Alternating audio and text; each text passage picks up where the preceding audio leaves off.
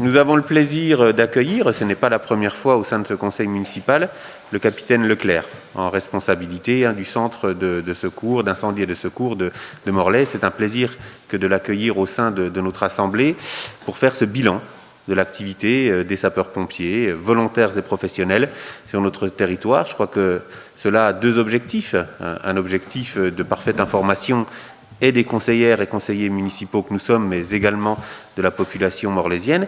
Il est toujours aussi extrêmement important de saluer l'activité qu'il y a, alors à ce qu'on appelait avant la caserne, désormais le centre d'incendie et de secours, mais l'occasion nous est donnée de vous accueillir, capitaine Leclerc, pour ce bilan de l'activité 2021 et ainsi nous permettre, au gré des rendez-vous désormais annuels, le Covid est passé par là, certains n'ont pas eu lieu, mais vous voilà de retour parmi nous.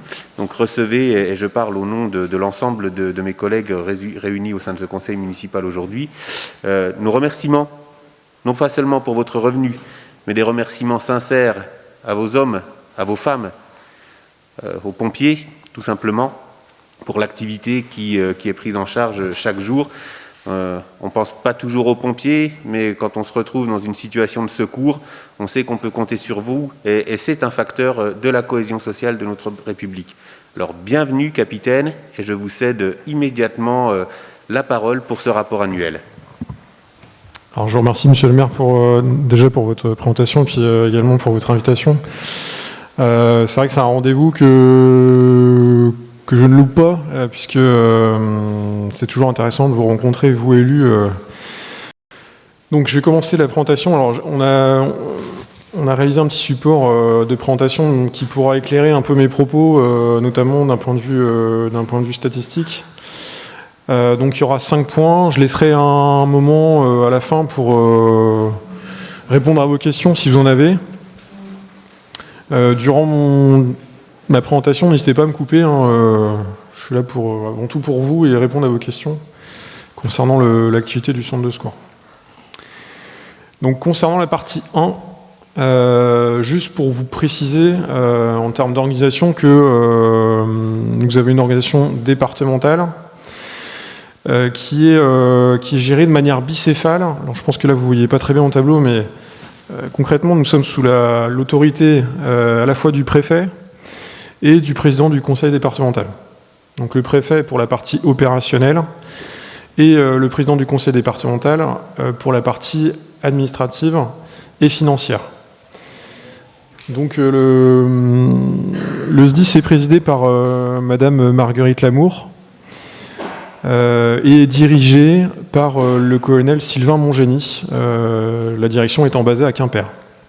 Je ne vais pas m'étaler plus sur le reste de l'organisation puisque c'est très technique. Je vous propose de passer à la diapo suivante. Voilà. Alors, au niveau du découpage départemental, ce que vous voyez en bleu et en rouge, en fait, ce sont les centres de secours. Les centres de secours, il y en a une 60aine sur le département, donc ils sont répartis de manière assez homogène, de manière à pouvoir répondre le plus efficacement à la population. Morlaix, situé au nord-est du département, est dans la compagnie de Morlaix, donc il y en a 7 en tout cas, 7 en tout des compagnies, plus 2 centres de secours principaux que sont Brest et Quimper. Et donc la compagnie de Morlaix, elle est composée de 10 centres de secours qui vont au nord-ouest de Plescat jusqu'au nord-est à Lameur et au sud-ouest de Sizun jusqu'au sud-est à Gare-l'Esquin. Voilà. La compagnie est dirigée par le capitaine Johan Créache, qui est basé au centre de secours de Morlaix. Je suis son adjoint et nous avons une assistante, Mme Guillou, qui nous aide dans les travaux respectifs. Alors concernant le secteur d'intervention, tout ce que vous voyez en mauve, violet, c'est le secteur d'intervention du centre de secours de Morlaix. Donc, quand je dis secteur d'intervention, c'est le secteur en premier appel. Donc, le territoire dans lequel nous sommes appelés à intervenir prioritairement par rapport aux autres centres de secours. Ça concerne environ une dizaine de communes. Plouézoc, Garland, Plouigneau, Le Cloître, Saint-Égolègue, Plourin-les-Morlaix, Sainte-Sève, Tholé, Locquénolé, Saint-Martin-des-Champs et évidemment Morlaix. Donc un territoire qui est vaste et qui nous occupe beaucoup, vous le verrez par la suite dans le cadre des interventions. Alors, concernant l'activité opérationnelle, c'est là que c'est intéressant. Vous avez au tableau, enfin sur le diapo, différents éléments statistiques concernant l'activité opérationnelle du centre de secours de Morlaix. Alors, quand on parle de sortie de secours, c'est les interventions. Ce qu'il faut retenir, c'est que l'année dernière, en 2021, nous avons réalisé 3180 interventions sur l'année. Ça représente entre 9 et 10 interventions par jour en moyenne, sachant que nous avons eu, alors ça c'est pour votre information, une augmentation significative des interventions à compter de septembre. Et cette augmentation, elle est toujours visible, puisque depuis le début de l'année, nous sommes à plus 40% d'interventions par rapport à l'année dernière, ce qui est énorme. Si je me projette sur des chiffres 2022, à la fin de l'année, on tournerait aux alentours de 3900 interventions. Donc une sollicitation opérationnelle qui est extrêmement importante. Comme vous pouvez le constater, le nombre d'interventions sur notre secteur de premier appel est relativement important, puisque aux alentours de 65%. Mais ce qui est aussi important, c'est le nombre d'interventions qu'on fait en dehors de notre secteur de premier appel, puisque ça représente 35%. Donc c'est le petit camembert jaune et bleu que vous voyez en bas là. Ça veut dire que 35% de nos interventions sont réalisées sur le secteur d'appel de d'autres communes, d'autres centres de secours. Et évidemment, plus on va loin, plus ça nous prend du temps au niveau des interventions. Et évidemment, il y a moins de moyens disponibles pour défendre le secteur de premier appel. Et la problématique, elle est là. Concernant les véhicules, alors peut-être revenir en arrière, juste pour vous préciser qu'effectivement, en termes de durée moyenne d'intervention, on est sur une moyenne aux alentours d'1h12, ce qui est pas énorme, mais vu que nos interventions sont majoritairement liées au secours à personne, 75% pour être précis, et qu'on a la proximité du centre hospitalier, c'est vrai qu'on a tendance à aller plutôt rapidement sur le transfert vers l'hôpital et évidemment la prise en charge de la victime au préalable. À titre d'information, ça c'est pour votre culture personnelle, les incendies représentent environ 8 à 9% de nos interventions, au même titre que les accidents de la route. Donc je disais 75% pour du secours à personne, et puis le reste, c'est tout ce qui est lié aux opérations diverses et variées qui sortent de ce schéma-là. Donc pour retenir, ce qu'il faut retenir sur ces éléments-là, c'est qu'on est quand même sur une hausse vraiment significative des interventions, qui est explicable par différents facteurs. La problématique des indisponibilités de transporteurs sanitaires privés, en fait des interventions que nous ne devrions pas réaliser, mais que nous réalisons, puisque en fait les ambulances privées ne peuvent pas les assurer pour des raisons X que je ne maîtrise pas. Et deuxièmement, le fait que, comme vous l'avez vu, le nombre d'interventions en dehors de notre secteur de premier appel évolue drastiquement, puisqu'en fait la disponibilité des sapeurs-pompiers volontaires en journée dans les communes aux alentours et dans les centres de secours voisins n'est pas assurée. Donc on se retrouve à aller du côté de Saint-Paul, du côté de Lameur, du côté de Plougonvin, Guerlesquin, et puis du côté ouest vers Saint-Égolèque. Donc une sollicitation qui est accrue.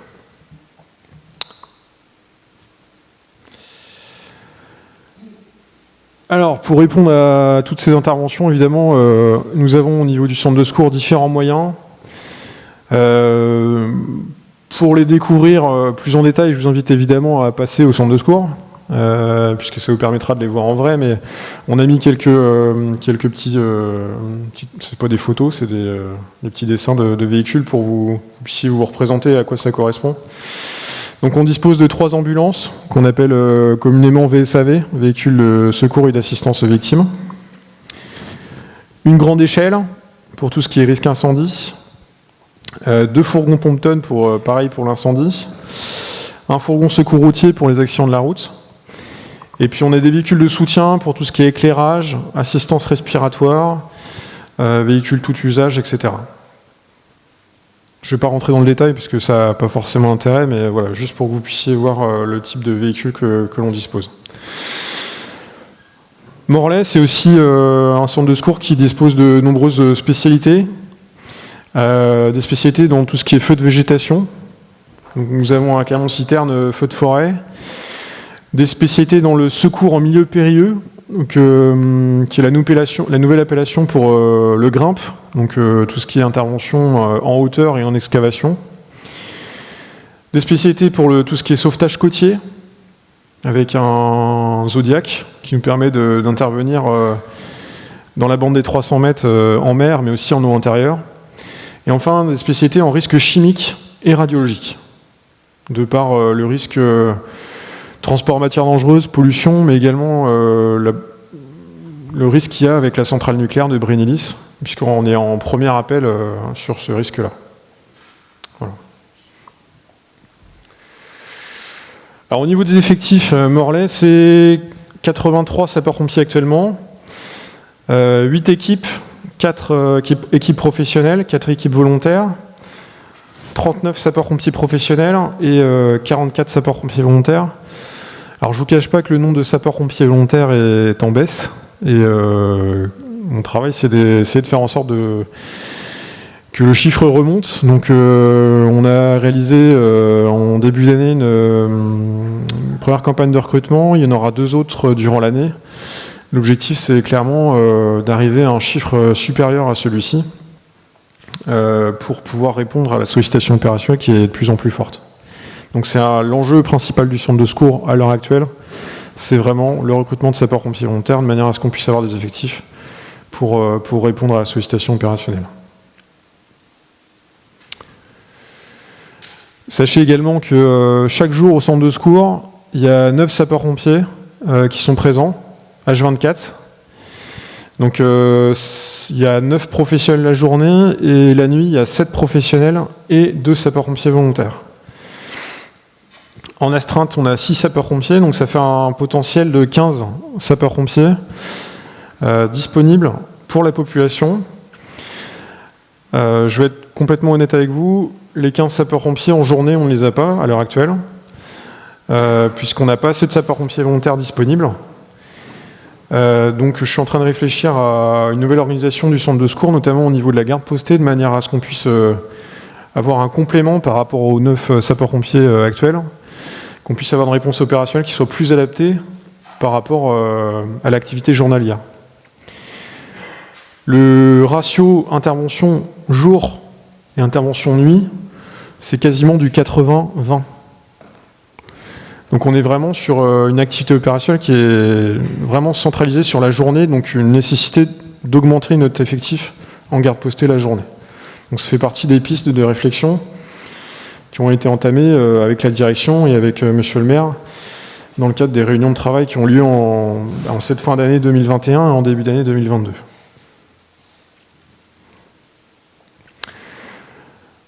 Alors comment ça se passe une intervention puisque en tant qu'élu, vous pouvez être amené à venir sur le terrain, sur notre demande ou alors sur demande d'autres services, en tant que directeur des opérations de secours ou alors en tant qu'élu tout simplement. Pour que vous sachiez, alors je vous ai mis l'exemple d'un feu d'habitation. On fonctionne généralement en groupe. Un groupe, c'est plusieurs véhicules avec plusieurs sapeurs-pompiers. Là, vous avez l'exemple d'un groupe feu urbain. S'il y a par exemple un incendie dans un appartement à Morlaix, vous aurez systématiquement 2 fourgons incendie, une échelle, une ambulance et un véhicule chef de groupe, donc un véhicule commandement. Et évidemment, ces groupes-là, on les décline selon la nature de l'intervention. Et évidemment, le type de moyens et le type de sapeurs-pompiers vont de pair avec le type de groupe engagé. Donc voilà le format type pour un feu d'habitation sur Morlaix. Alors il y a une petite... j'ai pas fait gaffe à ça. Le véhicule est parti. Ça devait pas être très grave. Voilà. Et je vais désormais... Alors oui, ça doit bugger, je pense, au niveau... Alors c'est les animations qu'avait mis en place mon assistante, mais je crois que j'ai dû les mettre de côté.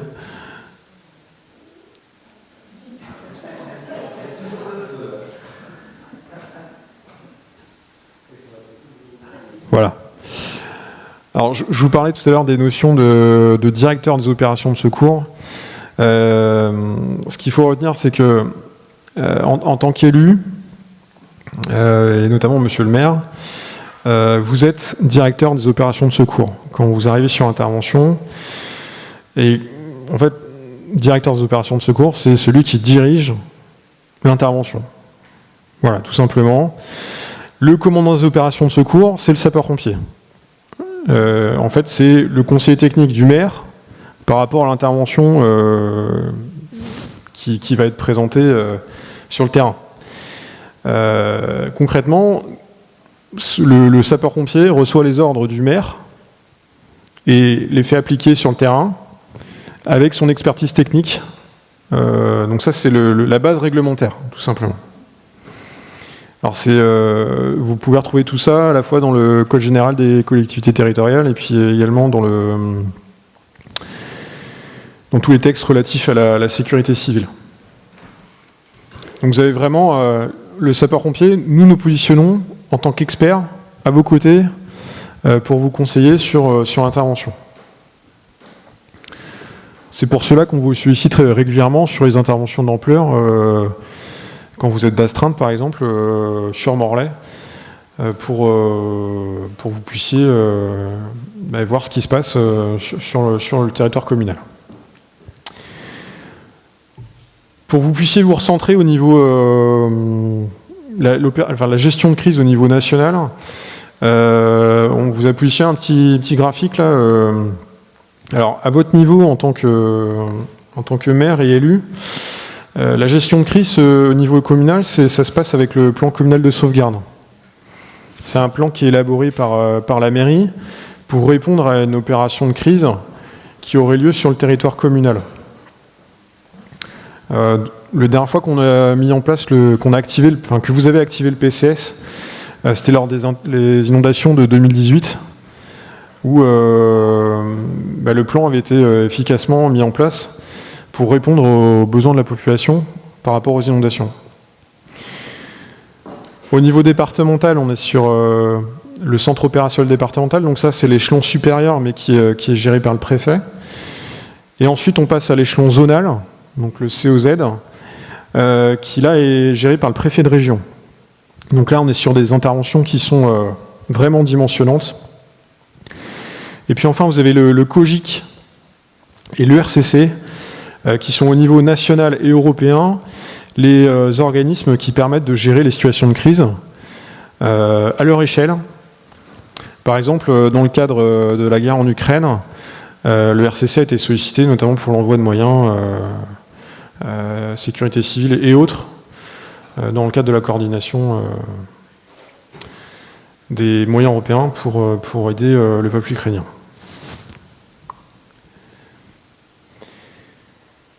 Et enfin, une petite diapo sur les différents officiers que vous serez amenés à côtoyer en intervention.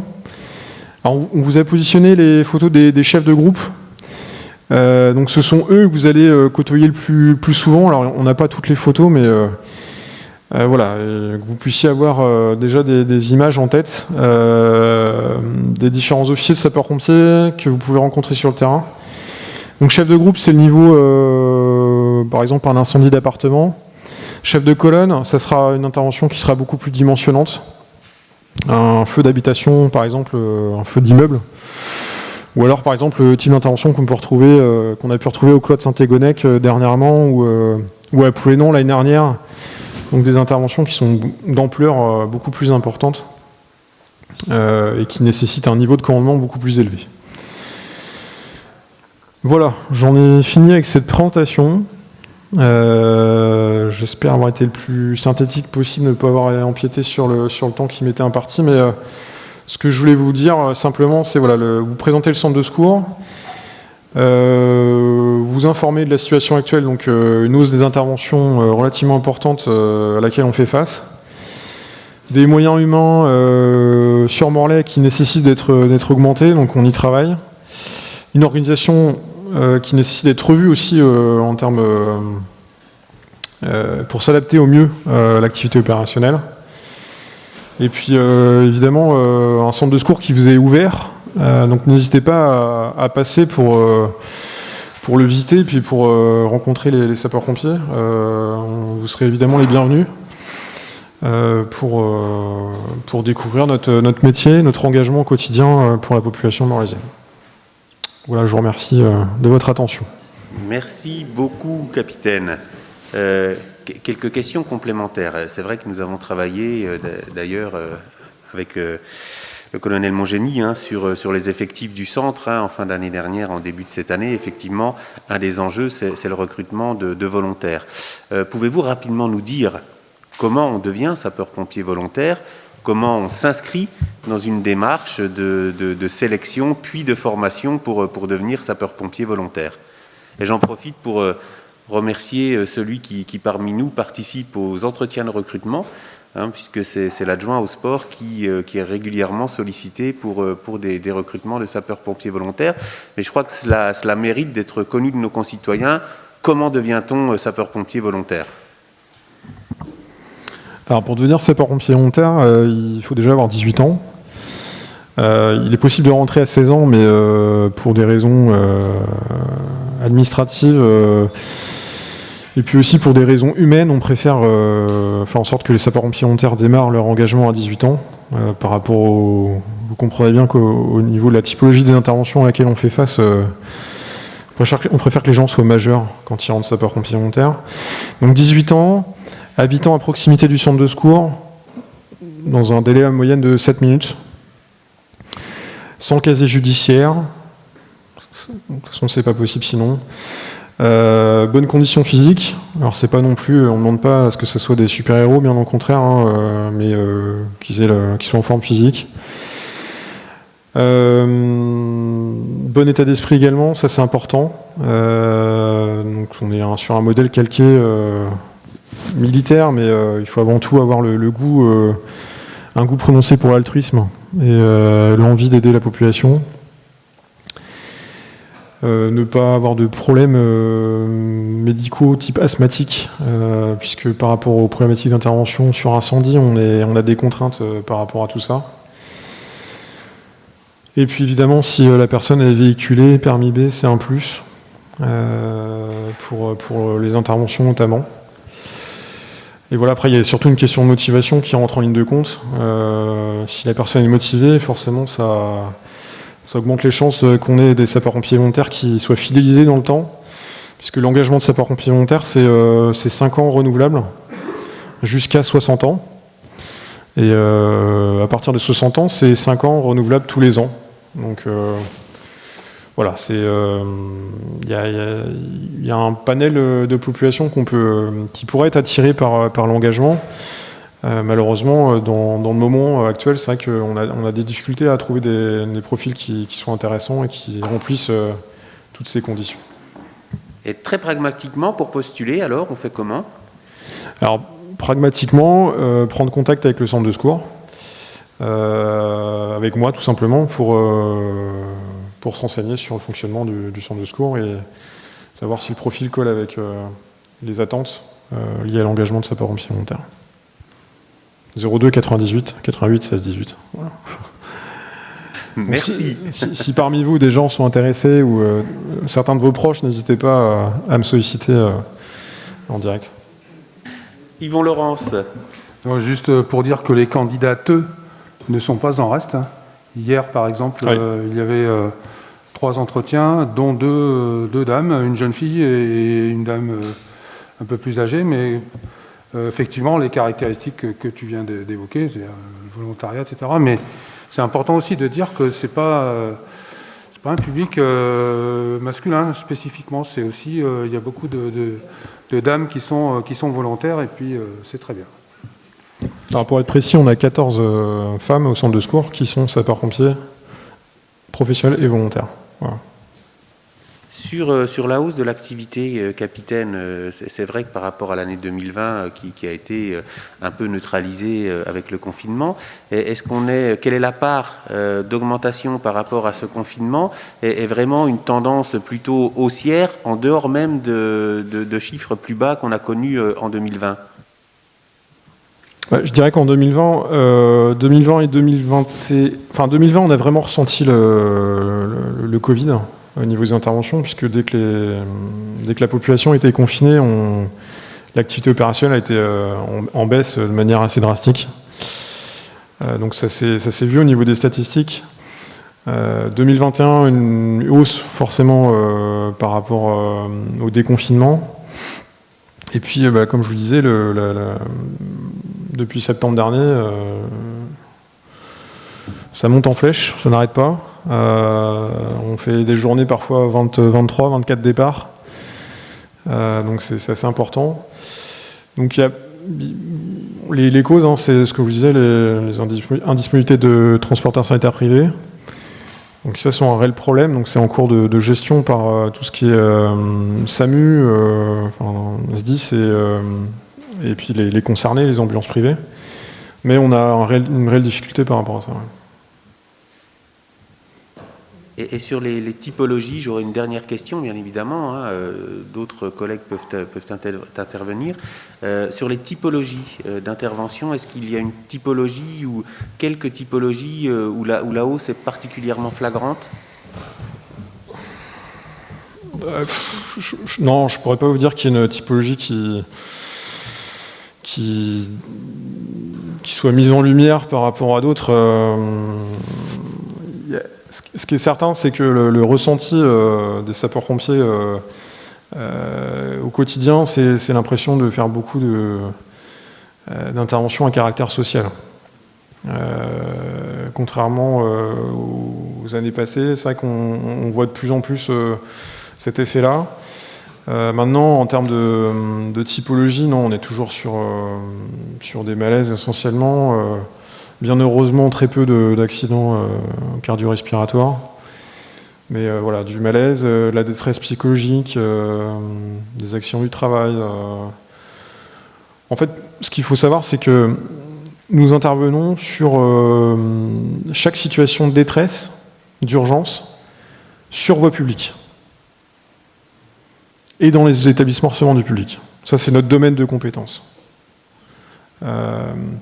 Tout ce qui est intervention à domicile, c'est une compétence qui est partagée avec les ambulanciers privés. Ce qui différencie l'intervention sapeur-pompier de l'intervention ambulancier privé, c'est le caractère même de l'intervention. Si on est sur une urgence vitale, là, ce sont nous, sapeurs-pompiers, qui allons intervenir. Si on est sur une urgence qui est toute relative, le SAMU pourra faire une dissociation et envoyer des ambulanciers privés. En fait, la petite distinction est là, en fait, par rapport aux envois de sapeurs-pompiers ou alors d'ambulanciers privés par rapport à des interventions type malaise, etc. Monsieur Gambache. Oui, je voulais poser une question qui n'est pas vraiment une question d'ailleurs. On a travaillé à notre arrivée à la municipalité sur le plan communal de sauvegarde pour remettre à jour l'ensemble des documents. On avait réfléchi à un moment donné, puis Covid est passé par là, à organiser peut-être une répétition, je ne sais pas comment on dit, un entraînement. Et je pense que ça serait une manœuvre grandeur nature en fait, au moins pour mettre en œuvre le poste de commandement. Je pense que ça serait bien qu'on essaye de travailler sur cette question-là dans l'année 22 pour pouvoir aussi être complètement opérationnel. Alors, au niveau du SDIS, en tant que sapeur-pompier, on est là pour vous appuyer au niveau de l'élaboration et de la mise en place du plan communal de sauvegarde, notamment dans le cadre de l'élaboration du document en lui-même, mais aussi au niveau des stratégies de gestion de crise, et puis évidemment au niveau de l'application sur le terrain pour tout ce qui est évidemment manœuvre-exercice. Donc il ne faut pas hésiter à nous solliciter par rapport à ça. Moi, j'ai travaillé dans le cadre de mes études sur le PCS au niveau européen, donc c'est un domaine que je connais bien. Voilà, il n'y a pas de souci. Voilà. Jean-Charles ? Oui, capitaine, vous avez évoqué les valeurs de l'engagement auprès de vos services et de la population. Il y a un dispositif, je crois qu'il existe toujours à Morlaix, qui est de nature à susciter cet engagement et à le valoriser auprès des jeunes. C'est celui des jeunes sapeurs-pompiers, qui est très formateur pour nos jeunes concitoyens. Peut-être pouvez-vous en dire quelques mots ? Alors, le centre de secours de Morlaix disposait d'une section de jeunes sapeurs-pompiers jusqu'à 2019, je crois, 2018 ou 2019. Malheureusement, on n'a plus cette section-là au niveau du centre de secours. Alors c'est quelque chose que je regrette évidemment, parce que c'était un vivier de nouvelles recrues, et puis surtout, effectivement, un système qui permettait aux jeunes d'apprendre le métier de sapeur-pompier, mais aussi de découvrir les valeurs qui sont les nôtres. Alors pourquoi on n'a plus de section de jeunes sapeurs-pompiers ? C'est par rapport alors déjà au fait que la section de jeunes sapeurs-pompiers, c'est un tissu associatif, donc ils sont regroupés sous une association, et malheureusement, mais comme dans beaucoup de domaines, au niveau associatif, on n'a plus l'encadrement nécessaire pour pouvoir assurer la formation de ces jeunes en continu durant les 4 années qui leur sont dédiées. Et bon, on a essayé au niveau local de relancer, redynamiser la section, mais malheureusement, on n'avait pas assez de formateurs pour pouvoir encadrer ce dispositif. Voilà. Merci. Y a-t-il d'autres interventions ? Capitaine, une nouvelle fois, en notre nom à tous, merci beaucoup de votre présentation, mais délivrer un message aux hommes et aux femmes que vous avez sous votre commandement, un grand remerciement de la part de l'ensemble des conseillers municipaux, mais je crois qu'aujourd'hui nous pouvons parler au nom de l'ensemble de notre population, et je vais proposer au conseil municipal de vous applaudir. Merci à vous.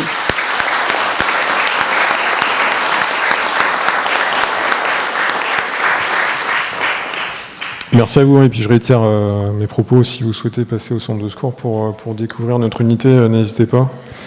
Les portes sont ouvertes. Vous me tendez une trop belle perche. Vous aviez fait il y a quelque temps une très belle opération de portes ouvertes. Avez-vous envisagé de la renouveler prochainement ? Sans doute l'année prochaine, en 2023. Le Covid n'est passé pas là, ça aurait dû être fait l'année dernière. On essaie de faire ça pas tous les ans, parce que ça manque après, ça perd de son charme. Mais on essaie de faire ça tous les 3-4 ans, de manière à ce que la population puisse venir nous voir et qu'on ait des contacts avec eux. Merci voilà. encore. Merci à vous tous. Et à très bientôt, capitaine. On était ensemble ce matin, de nouveau ce soir. On se recroise, je crois, la semaine prochaine, de sûr. En tout cas, merci à vous et bonne continuation. Chers collègues, nous allons pouvoir poursuivre nos travaux. J'ai proposé de nommer comme secrétaire de séance ce soir Marie Galouedec, qui a accepté et qui va procéder à l'appel. Jean-Paul Bermot. Ismaël Dupont. Catherine Préandon. Présente.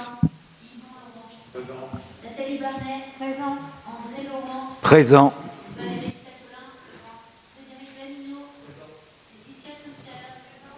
Jérôme Couzel. Présent. François Stignet. Patrick Romache. Marie-Françoise Madec. Patricia Stéphane.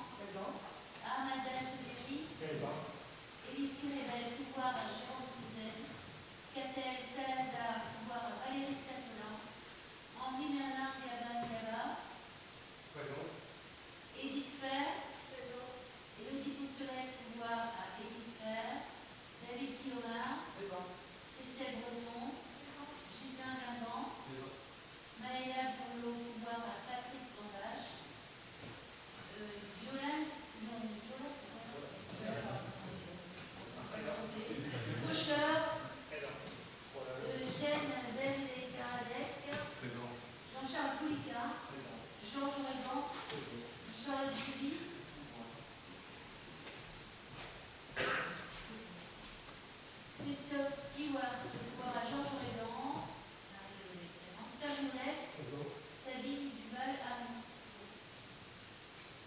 Merci Marie.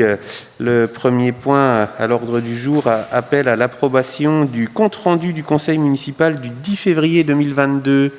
Avez-vous des remarques ou des commentaires?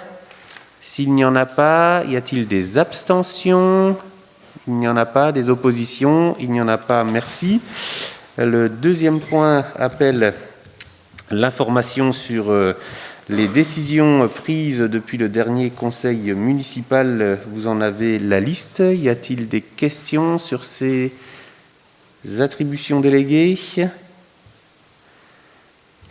S'il n'y en a pas, nous pouvons en prendre acte. Je vous remercie. Avant de commencer la première délibération, et je céderai la parole à Ismaël Dupont, quelques mots sur la mobilisation qui nous attend toutes et tous dimanche. Un mot particulier, avant toute chose, vis-à-vis de l'ensemble du corps électoral. Il est important d'assumer son devoir civique. Et permettez-moi, du conseil municipal de ce soir, à quelques jours, à 3 jours de l'élection présidentielle, d'appeler nos concitoyens à la plus forte mobilisation possible, de manière tout à fait transpartisane, en appelant à utiliser son droit de vote. Et permettez-moi d'avoir vis-à-vis de l'ensemble d'entre vous un message de remerciement pour votre mobilisation, puisque quelquefois nous passons du temps dans différentes commissions, mais les élus que nous sommes passent aussi du temps dans l'organisation des élections, et je voulais profiter de ce conseil municipal pour remercier l'ensemble des conseillères et conseillers qui se mobilisent dimanche, puis dans 15 jours, puis dans quelques semaines à nouveau pour les élections législatives. Soyez-en personnellement, mais de manière très républicaine, remerciés, puisque sans la mobilisation des élus, tout à fait bénévoles en ces dimanches d'élections qui viennent, nous ne pourrions tenir ces moments démocratiques d'une extrême importance. Et heureusement, nous aurons avec nous une nouvelle fois les services de la ville, comme dans toutes les municipalités, mobilisés pour faire que ce moment se passe toujours au mieux et que les fondements de notre République, les fondements de notre démocratie puissent continuer à être solides. Voilà pour ces quelques mots d'introduction, et je passe pour les questions financières la parole à Ismaël Dupont pour la première délibération sur le vote du budget primitif 2022 du lotissement de Lorée-du-Bois. Bonjour à toutes et à tous. Donc, c'est une délibération classique donc, sur le vote du budget du lotissement de Lorée-du-Bois, rue de Réau. Donc, avec un budget primitif 2022 du lotissement qui s'établit comme suit. Donc, avec un budget de fonctionnement où les dépenses équivalent aux recettes à hauteur de 358 389,76 €, et un budget d'investissement où les dépenses égalent aussi les recettes à hauteur de 247 232,76 €. Donc, et adjoint donc à cette délibération un tableau présentant la section d'investissement et la section de fonctionnement. Ce qu'on peut dire, c'est que l'opération est quasiment clôturée. Il restait un lot à vendre. Il est vendu, semble-t-il. Donc, on clôturera bientôt le budget de ce lotissement. Il reste un peu d'entretien de voirie à faire.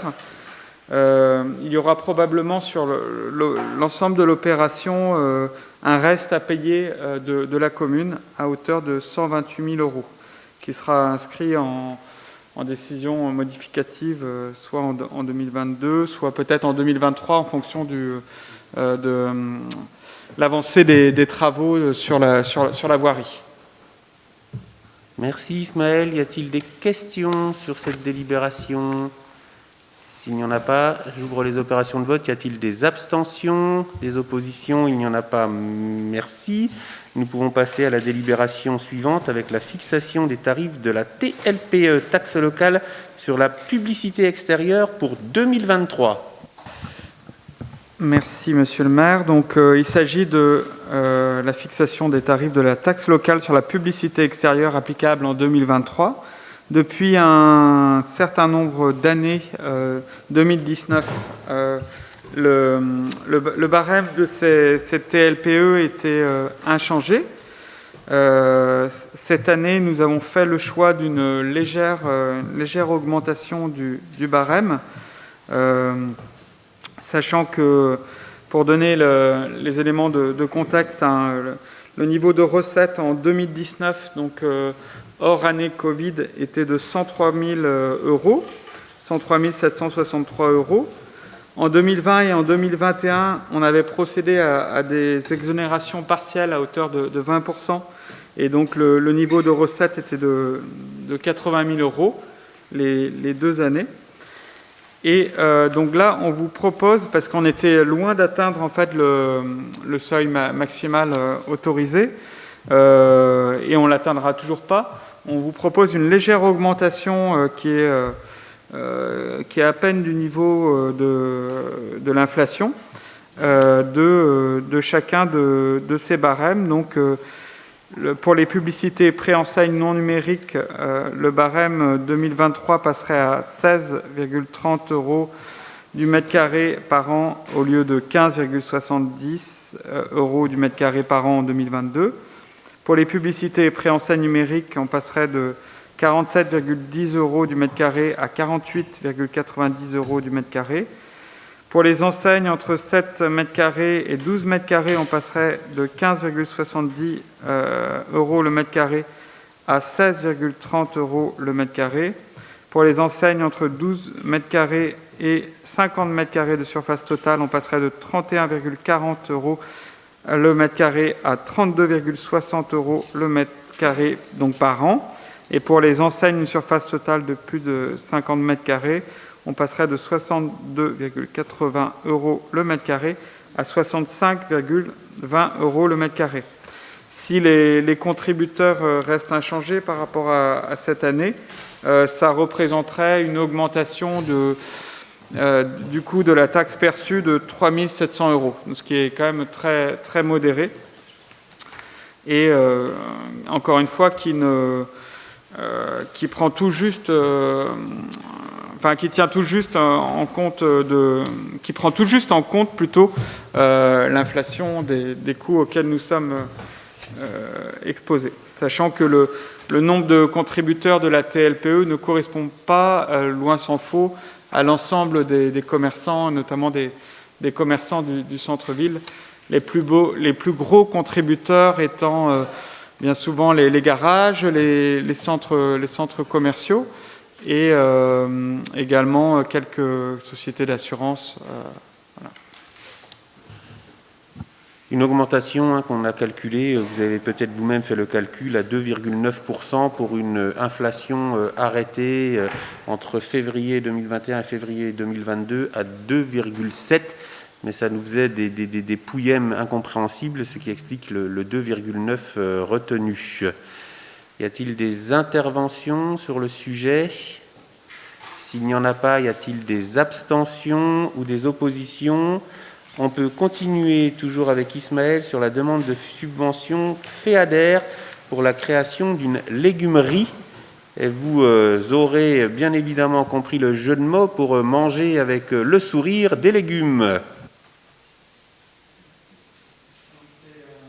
Excusez-moi. C'est un dossier qui est suivi tout particulièrement par l'adjointe à la transition écologique Nathalie Barnet.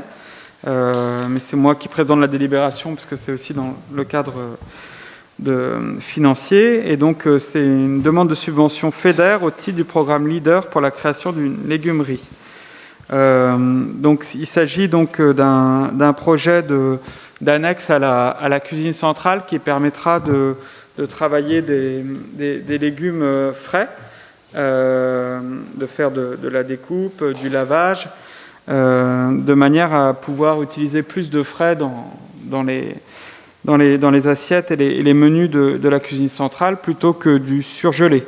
Ce qui permettra aussi d'aller vers davantage de produits en circuit court, davantage de produits aussi qualitatifs, à des coûts maîtrisés. Donc c'est un projet dont on a déjà eu l'occasion de parler, mais qui est important pour nous pour aussi atteindre les objectifs de la loi Egalim. Et il y a déjà eu un dossier de présenter, donc on a eu une promesse de subvention très, très importante, à hauteur de 75% de la dépense, envisagée, de la dépense totale envisagée, de l'ordre de 100 000 euros. Donc on a appris tout dernièrement que l'emplacement qu'on avait initialement envisagé pour cette légumerie serait à revoir pour faciliter la circulation à la fois des marchandises, enfin des produits et des personnels. Et donc il y aura probablement un délai supplémentaire en fait, et ce serait sans doute pour début 2023 que ça pourrait se mettre en place. Néanmoins, ça ne change rien donc à la demande de subvention qui vous est proposée. Donc, considérant le courrier en date du 5 novembre 2021 informant d'une subvention possible de 75 000 euros dans le cadre du contrat de partenariat Europe Région Pays de Morlaix, sous réserve de l'instruction et de validation du dossier. Considérant que le comité unique de programmation est attaché à accompagner les projets participant au développement du territoire et qu'à ce titre, elle a retenu le projet de création d'un atelier de lavage, épluchage et parage de légumes, donc légumerie, considérant que la ville de Morlaix doit dans ce cadre transmettre un dossier qui sera instruit puis présenté à une commission permanente et devant inclure une décision de l'organe délibérant autorisant le projet et sollicitant explicitement le Fonds européen agricole pour le développement rural, donc le FEDER. Si les termes de cette délibération vous agréent, il est proposé aux membres de l'Assemblée délibérante de valider le projet et le plan de financement prévisionnel comme suit. Donc l'acquisition du bâtiment modulaire de 30 mètres carrés pour 50 000 euros. L'installation du bâtiment, la VRD pour l'installation du bâtiment modulaire pour 20 000 euros et le matériel spécifique donc à l'intérieur du bâtiment pour travailler les légumes pour 30 000 euros. Le total donc atteignant 100 000 euros, il est prévu un autofinancement ville de 25 000 euros et donc une demande de subvention au FEDER de 75 000 euros. Et donc la Commission des affaires générales et financières, dans sa séance du 29 mars 2022, a émis un avis favorable à l'unanimité. Donc on est là pour répondre aux questions ou aux remarques s'il y en a. Jean-Charles ? Oui, merci. Bon, c'est un projet très intéressant, un projet attendu d'ailleurs, et par ailleurs très bien subventionné, donc c'est quelque chose de très positif que nous voterons donc bien évidemment. Je voudrais profiter de cette délibération pour demander où en était votre projet de régie municipale de maraîchage. Merci de poser cette question. C'est d'ailleurs un étonnement puisque vous y étiez farouchement opposé lorsque vous étiez dans la majorité. Vous imaginez que la période, notamment ces 2 premières années de mandat qui bientôt s'achèvent, nous a amené à faire face à un certain nombre de priorités. Mais comme c'était un engagement de mandat, n'oublions pas l'idée, nous avons quelques contacts, mais nous souhaitons toujours mener à bien ce projet, notamment en termes pédagogiques, comme nous l'avions dit, alors même que nous étions dans l'opposition, en prenant l'exemple extrêmement transpartisan, puisqu'il s'agissait de la ville de Vannes, qui a déjà mis en œuvre sa régie municipale du maraîchage bio. Donc, à la fin du mandat, j'espère bien vous avoir convaincu et pour nous-mêmes réaliser cet engagement programmatique. Alors, monsieur le maire, je crois qu'il va falloir déployer beaucoup d'arguments pour me convaincre sur ce sujet. Peut-être pourrais-je appeler... quelques amis Vantec, vous avez peut-être dans la majorité qui n'est pas la mienne au sein de cette très belle ville de Vannes. Tout à fait.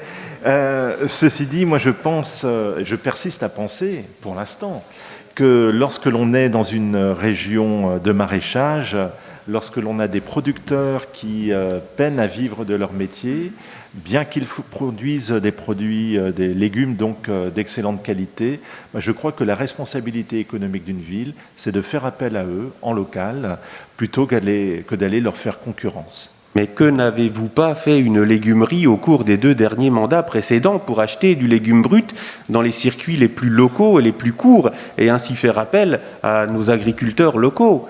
Vous pourriez, et vous le faites d'ailleurs, puisque vous avez annoncé voter cette délibération, parce que vous éloignez du sujet, mais le sujet c'est bien l'équipement, enfin, d'une légumerie au sein de notre cuisine centrale. Vous le reconnaissez d'ailleurs, c'est un premier pas qui va nous permettre immédiatement d'acheter du légume brut, local, et dans la partie notamment imposée par la loi, bio, en respect de la loi Egalim. C'est vrai que nous avions eu une présentation en tout début de mandat à la cuisine, que nous étions déjà dans une cuisine qui assumait un certain nombre d'approvisionnements locaux. Quelle surprise ne fut pas la nôtre de considérer dans les approvisionnements locaux des grands vendeurs de surgelés nationaux s'approvisionnant au-delà des frontières de la France. Je ne citerai pas la marque au sein de ce conseil, mais les camions qui, le matin, livrent encore la cuisine centrale, ce ne sont pas des légumes produits dans la zone légumière du Léon. Je vous en rassure, ce sont des produits transformés et surgelés qui viennent d'un peu partout en Europe. Donc résolument, dans l'objectif que vous citez de promouvoir les produits locaux, les circuits courts, et un impact des gaz à effet de serre sur toute la chaîne, et notamment la chaîne logistique, c'est un très bon projet. Vous avez souligné que nous en avons encore d'autres. Nous avons d'ailleurs des outils ici en termes de pédagogie, puisque nous n'avons jamais dit que nous allions produire toute la consommation de la cuisine centrale sur une régie municipale, mais nous avons besoin d'un outil de conviction que l'agriculture raisonnée et l'agriculture biologique, elle peut trouver des marges économiques et même quelquefois réduire le stress de nos agriculteurs, parce que ce à quoi font face bon nombre de nos agriculteurs avec qui nous avons encore échangé sur le salon Agrides, que d'autres majorités comme la vôtre a soutenu dans son organisation, ce n'est pas seulement produire du légume, c'est aussi trouver de nouvelles marges économiques pour tout simplement avoir des équilibres qui soient plus propices à une vie apaisée. Et l'objectif de conviction d'une régie de maraîchage bio, il est là aussi. Il n'est pas contre les agriculteurs, puisque vous imaginez bien que la majorité, qui je répète n'est pas la mienne à Vannes, n'a jamais construit son projet dans cet objectif, mais c'est un objectif global et qui se construira également avec les agriculteurs pour avoir un lieu de production, et la production nous ne la gâcherons pas, elle ira directement dans notre outil de production que la cuisine centrale, mais aussi un outil d'accompagnement à la transition écologique, pas contre l'agriculture locale, mais avec l'agriculture locale. Nous savons, et vous le partagez également, que l'agriculture du Léon, ce n'est pas seulement une agriculture vivrière qui sert à nourrir que les habitants du cru. Nous savons que nous avons une responsabilité exportatrice pour nourrir au-delà de nos frontières. Mais quand on cherche le meilleur compromis en termes de qualité de vie des agricultrices et des agriculteurs, en termes d'équilibre économique des exploitations, en termes de préservation de la planète, je crois que notre projet pourra être soutenu, même par le monde agricole, comme il l'a été à Vannes, avec plutôt une majorité de droite. Et je crois que ce sujet, sans en faire un élément partisan de notre opposition, j'espère pouvoir, peut-être pas vous convaincre de l'accompagner et de voter les futurs budgets qui l'accompagneront, mais comme à Vannes, en faire non pas un sujet de tension, mais un sujet d'opposition, mais un sujet d'accompagnement de la filière agricole. Jean-Charles ? Oui, merci. Je crois qu'il faudra que vous déployiez des trésors de conviction, monsieur le maire, pour arriver à me faire comprendre comment le fait que des agents municipaux produisent des légumes améliorera les conditions de vie et le bien-être de nos agriculteurs locaux. Eh bien, je vous emmènerai à Vannes, et si vous êtes bloqué sur le fait que ce soit plutôt une majorité de gauche qui porte ce projet, peut-être qu'une majorité de droite qui porte le même projet arrivera à vous convaincre. En tout cas, j'essaierai de faire l'exercice. La politique, c'est toujours la volonté de convaincre. Exactement, et j'ai la même volonté, monsieur le maire. Parle. Y a-t-il d'autres interventions, Nathalie ? Non, c'était tout simplement pour ajouter que je crois qu'aujourd'hui, il est important que les politiques s'occupent de l'alimentation et un projet au niveau de l'alimentation et que ça fédère. Alors, Bien sûr, l'aspect régie de maraîchage municipal, c'est également un outil pédagogique et c'est pas pour marcher sur les plates-bandes des agriculteurs. Mais par ailleurs, à l'échelle de l'agglo, il faut aussi que nous inscrivions dans un plan alimentaire territorial. Et c'est ce sur quoi nous travaillons. Tout à l'heure, cet après-midi, j'étais au FOU, au PNRA, pour discuter plan alimentaire territorial, puisque eux en ont un. Et on voit qu'on peut travailler sur beaucoup d'axes avec les partenaires, comme la Chambre, avec les agriculteurs, pour avancer ensemble sur ces sujets. Et je pense qu'aujourd'hui, nous devons d'avoir un avis et d'avancer sur la question de l'alimentation. Jean-Charles ?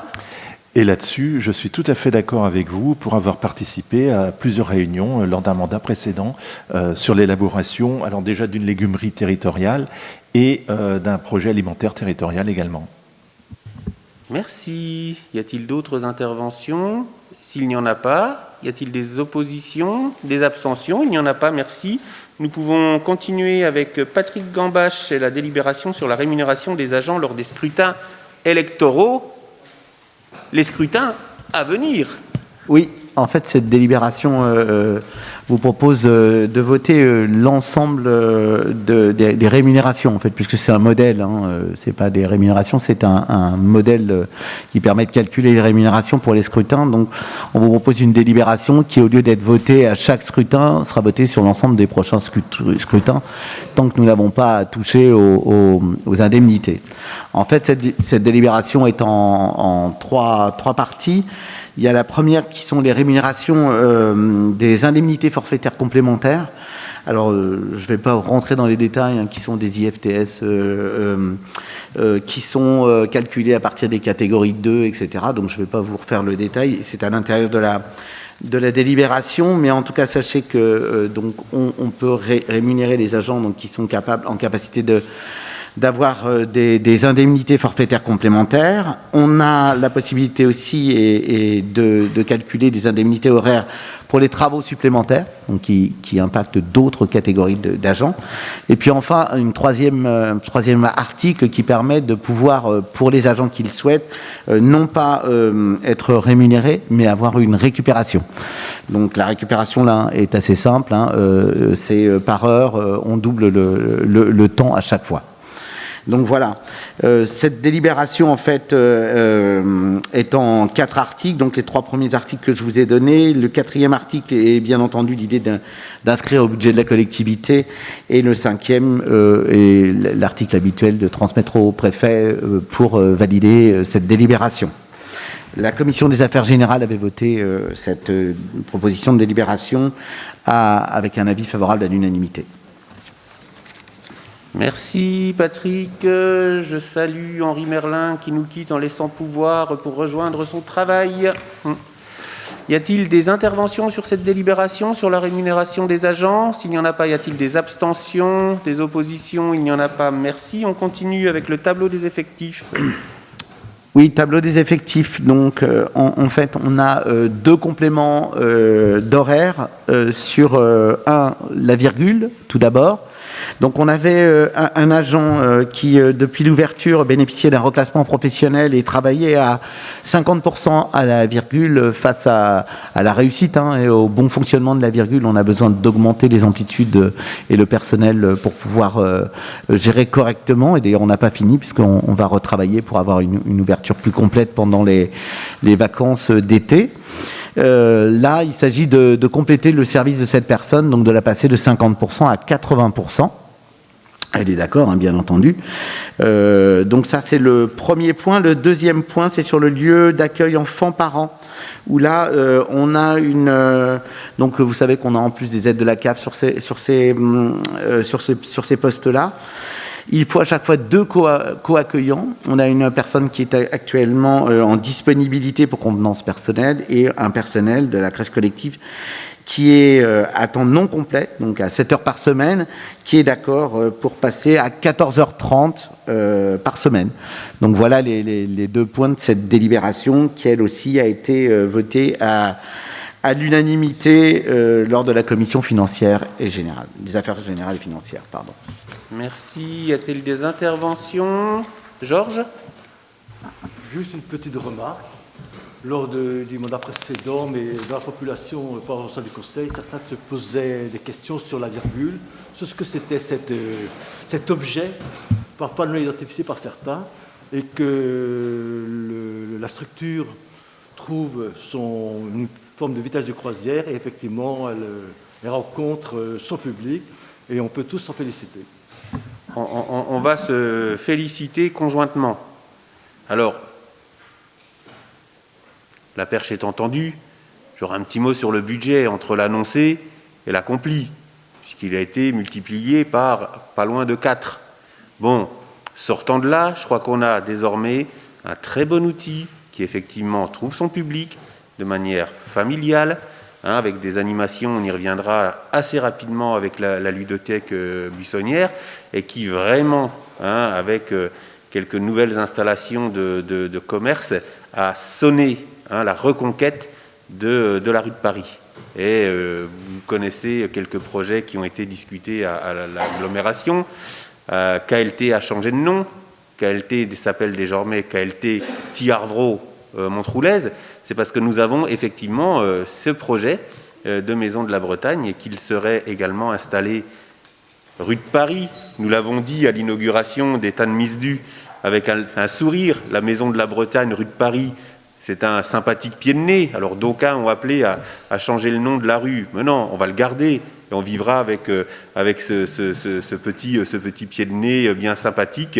Mais en tout cas, là, des diagnostics sont en cours avant la future acquisition du bâtiment qui, je l'espère, dans les mois, années qui viennent ou plus tard, accueillera un nouvel équipement de la rue de Paris, et véritablement accompagnera le regain de vitalité commerciale et culturelle de la rue. Mais sur la virgule, c'est vrai que c'est objectivement une bonne réussite qui nous oblige, il faut le dire, puisque nous n'avions pas d'équation en arrivant il y a 2 ans, à aussi trouver des marges de manœuvre budgétaires pour assurer le bon fonctionnement et le bon périmètre RH de l'équipement. On espère très rapidement trouver ce périmètre dans des budgets qui sont toujours contraints, évidemment, pour annoncer, je l'espère au plus vite, l'ouverture estivale, puisque c'est attendu. Mais cela ne se fait pas sans coût, et il faut évidemment pouvoir les maîtriser. Mais effectivement, félicitations conjointes sur ce bel équipement morlaisien. Y a-t-il d'autres interventions ? S'il n'y en a pas, y a-t-il des abstentions, des oppositions? On peut continuer avec la création d'un comité social territorial. Oui, la loi de transformation de la fonction publique nous oblige à transformer en fait l'ex-CT et notre ex-comité d'hygiène et de sécurité en comité social et territorial. C'est donc une seule instance qui va voir le jour, qui sera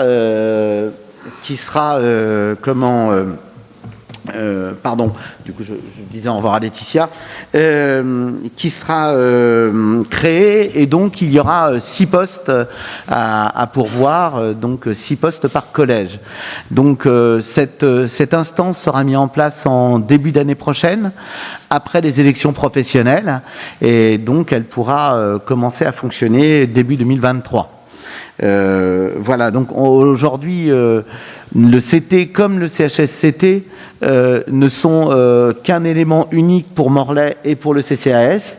Dans le cas du CST, ça sera la même chose, donc on n'aura qu'un comité unique pour les 2 instances. Voilà ce que je peux vous dire sur le comité social et territorial. Donc créé officiellement à partir du mois de janvier 2023. La commission des affaires générales, là aussi, s'était prononcée à l'unanimité. Et évolution tout à fait réglementaire du dialogue social au sein de la collectivité. Oui, on n'avait pas le choix. De toute façon, on avait le nombre d'effectifs nécessaires et suffisant pour être obligé de passer à ce grade-là, cette organisation-là. Y a-t-il des questions sur cette délibération? S'il n'y en a pas, y a-t-il des abstentions, des oppositions? Nous en parlions à l'instant, nous allons continuer avec Monsieur Laurent, c'est la présentation de la convention de partenariat, du renouvellement du partenariat avec la ludothèque buissonnière. Merci. La belle histoire, effectivement, continue. Elle a commencé en 2019. Alors, la ludothèque buissonnière, c'est tout simplement une association qui propose des jeux et qui a la particularité d'être mobile. C'est-à-dire que ce ne sont pas les joueurs qui viennent au jeu, mais le jeu qui va aux joueurs. La ludothèque buissonnière, pour Morlaix, n'est qu'un des partenaires de la ludothèque. Elle intervient sur 10 communes de Morlaix Communauté, donc un territoire très vaste, et chacune des communes passe donc une convention particulière avec cette association pour fixer donc tout simplement l'agenda de la présence de l'association dans chacune de ces communes. La proposition qui est faite au conseil municipal, c'est de conserver le montant de subvention qui est en vigueur depuis la création de l'association, c'est-à-dire 6 300 €. Alors, pour être très précis, cette année, c'est 6 312. Je peux peut-être attirer votre attention sur le fait que on était à 389 heures les années jusqu'à l'année dernière et que cette année, on passe à 263. L'explication est évidemment l'augmentation du coût horaire. Elle est due, cette augmentation, au changement d'animateur.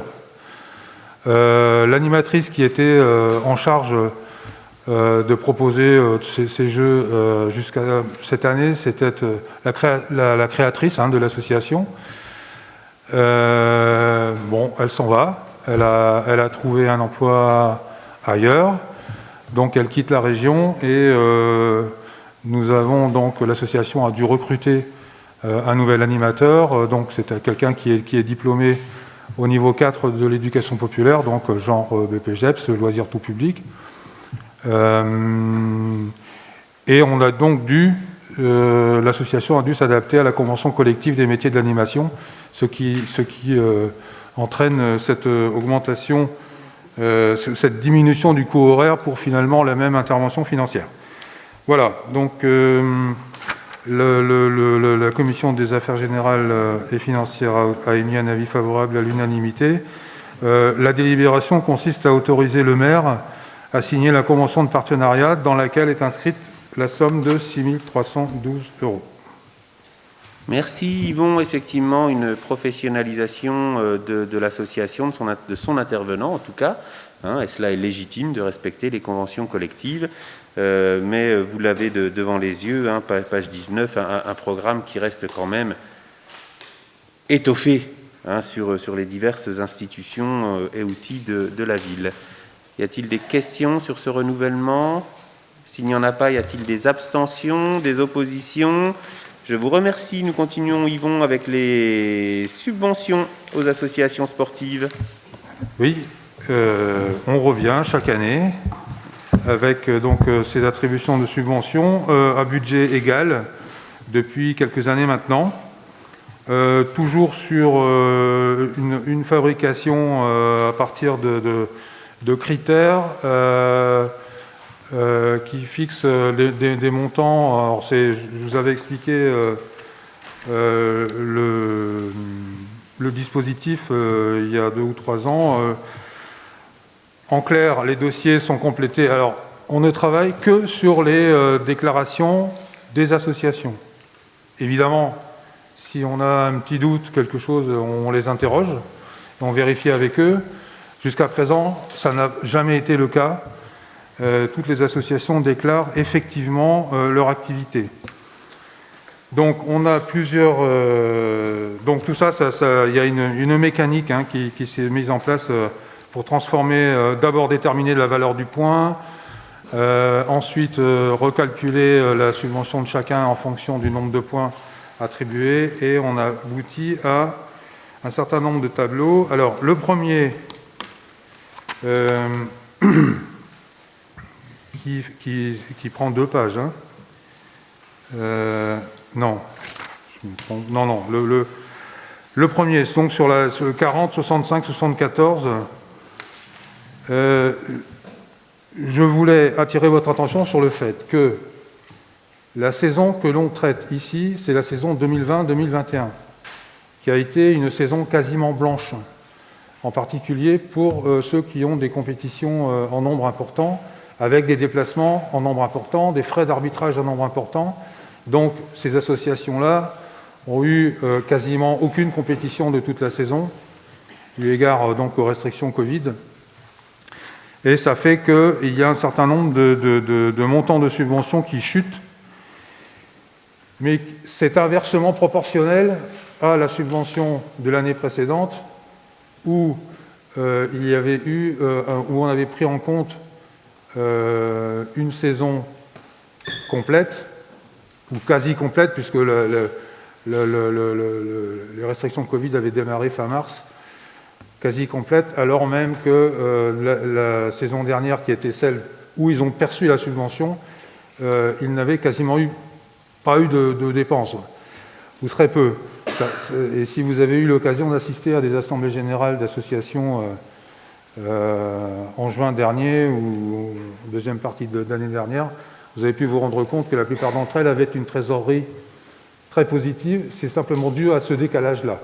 Hein. Voilà. Donc les différences importantes qu'il peut y avoir pour certaines associations dans ce tableau sont dues effectivement au fait que l'activité de l'année dernière a été très peu soutenue, pour ne pas dire quasi nulle, pour certaines d'entre elles. Ensuite, derrière, le 40, 65, 74, mais la suite, donc, qui démarre avec le club d'escalade. Donc, quelques explications. Le club d'escalade, cette subvention de 6 000 € que l'on a passée à 7 000 concerne l'aide aux danseurs du rock pour entretenir le mur d'escalade. Et l'entretien du mur d'escalade, c'est quelque chose qui est réglementé, qui normalement doit être fait par un cabinet spécialisé.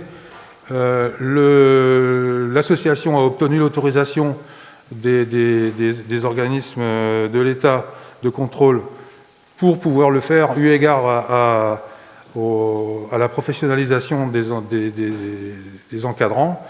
Et puis pour nous, c'est intéressant parce que 7 000 €, c'est encore à peine la moitié de ce que ça coûterait si on faisait intervenir un cabinet spécialisé.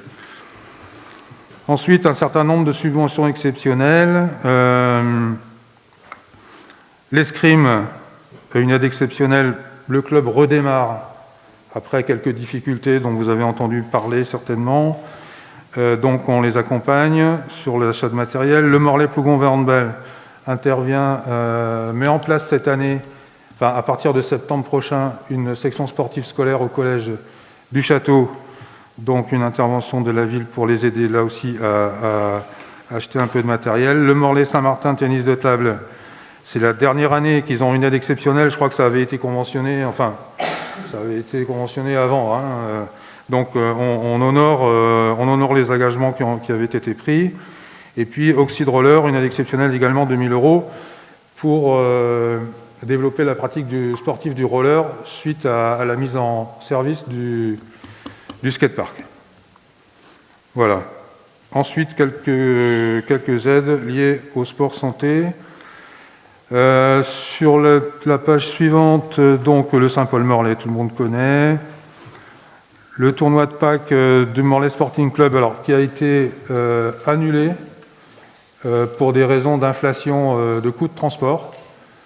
Ils sont d'ores et déjà au travail, je dois les recevoir dans les jours qui viennent avec la directrice des sports pour préparer 2023. Néanmoins, eu égard aux frais engagés, parce qu'ils étaient au travail depuis longtemps sur le sujet, on estime que pour ne pas mettre leur association en difficulté, on leur donne une aide exceptionnelle de 1 000 €. Le petit Tour de France, tout le monde connaît. L'Essor Breton, c'est une course cycliste en 4 étapes qui visite le Finistère, dont Morlaix sera ville-étape cette année, et qui, de mémoire, n'est jamais venue à Morlaix. Alors même qu'elle a au moins 50 ans, cette épreuve. La Vie en Rose, c'est une association qui est l'association support d'un Tour de France de la bonne pratique et la bonne pédagogie de l'alimentation des adolescents. C'est mis en œuvre par le docteur Muller, qui est un médecin de l'hôpital, et qui va faire un Tour de France en 14 étapes.